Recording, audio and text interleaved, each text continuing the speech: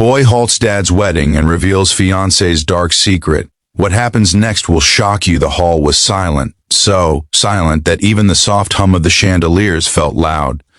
The guests had risen from their seats, frozen in disbelief as a young boy, barely 12, rushed down the aisle with tears trembling in his eyes. His small hands shook, his voice cracked, and everyone watched in stunned confusion as he stood between his father and the woman in a white dress. It was supposed to be the happiest day of their lives, but the boy's next words would rip through the room like lightning, and nothing, absolutely nothing, would ever be the same again. If you believe in kindness, forgiveness, and second chances, please like, comment, share, and subscribe right now. It truly helps us bring more meaningful stories to the world. The boy's name was Ayan, and for months he had been carrying a weight far too heavy for someone his age.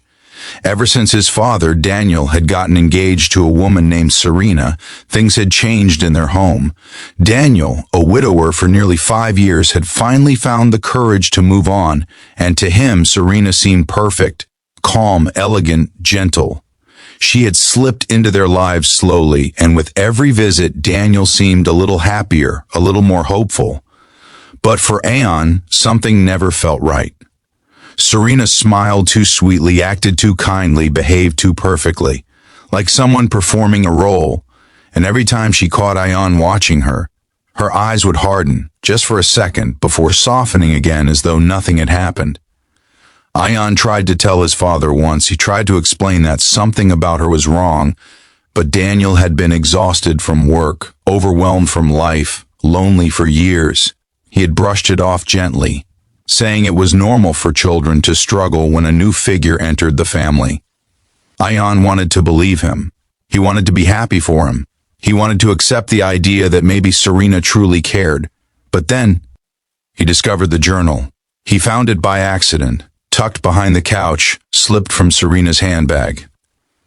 Ayan never meant to snoop, but curiosity mixed with fear made his hand open it. What he read twisted everything inside him. The entries weren't written in the voice of someone in love. They were cold, strategic.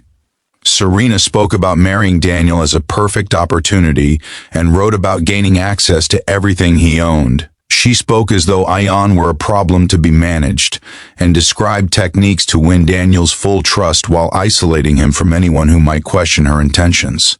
It wasn't love. It was a plan that depended on Daniel's vulnerability and loneliness after losing his wife. For 3 days, Ayan barely slept. He trembled every time Serena walked into the room. He knew he needed to tell his father, but Daniel had never looked so joyful as he did talking about the wedding. How could Ayan shatter him with the truth? But how could he stay silent when his father was walking straight into a trap? On the morning of the wedding, Ayan made his decision. His chest felt heavy, but he knew it was now or never. With the journal hidden inside his jacket, he walked into the venue, hoping, praying for courage. When the ceremony began, his heart pounded so loudly it drowned out the music. And when the officiant asked if anyone objected, Ayan stood before he had time to think. His legs moved before his mind caught up. And suddenly he was there, standing between his father and Serena, revealing everything. The crowd erupted into whispers, eyes darting between the boy and the bride in disbelief. Serena's face shifted, first shock, then anger, then a strange sharpness that confirmed everything Ayan feared. Daniel's face, however, collapsed. Confusion overtook him as he reached for the journal Ayan held out with trembling hands. And as Daniel read the entries one after another, the color drained from his face. His breathing grew heavy, and the woman he thought he loved suddenly felt like a stranger wearing someone else's skin. Serena tried to explain. She claimed the journal was fiction, exaggerated emotions, private thoughts not meant to be taken literally. But Daniel wasn't naive. He saw the calculation behind her words, the desperation in her eyes, the cracks in the perfect facade he had been too blinded by hope to notice. He finally looked at his son, truly looked, and saw the fear, the courage, the heartbreak swimming in those young eyes. And that was when the truth settled like a stone in his chest. He'd been so eager to rebuild his life that he hadn't realized he was being manipulated. The wedding ended before it truly began. Serena stormed out of the hall, her mask shattered, her plan ruined. Guests slowly filtered away, unsure what to say, leaving Daniel and Ian alone in the echoing silence of the aisle. Daniel sank to his knees, gathering his son in his arms, whispering apologies again and again. Ian cried too, not because he regretted what he had done, but because he feared losing his father's trust, his love, or his happiness. But Daniel held him tighter, promising he would never let loneliness cloud his judgment again. And over the next few weeks, something beautiful began to grow in their home, a deeper bond, built from honesty and healing. Daniel sought therapy to work through his grief and vulnerabilities, realizing how much he had buried over the years, and Ian watched his father slowly reclaim his strength, not through someone new, but through self-understanding and the unwavering love they shared.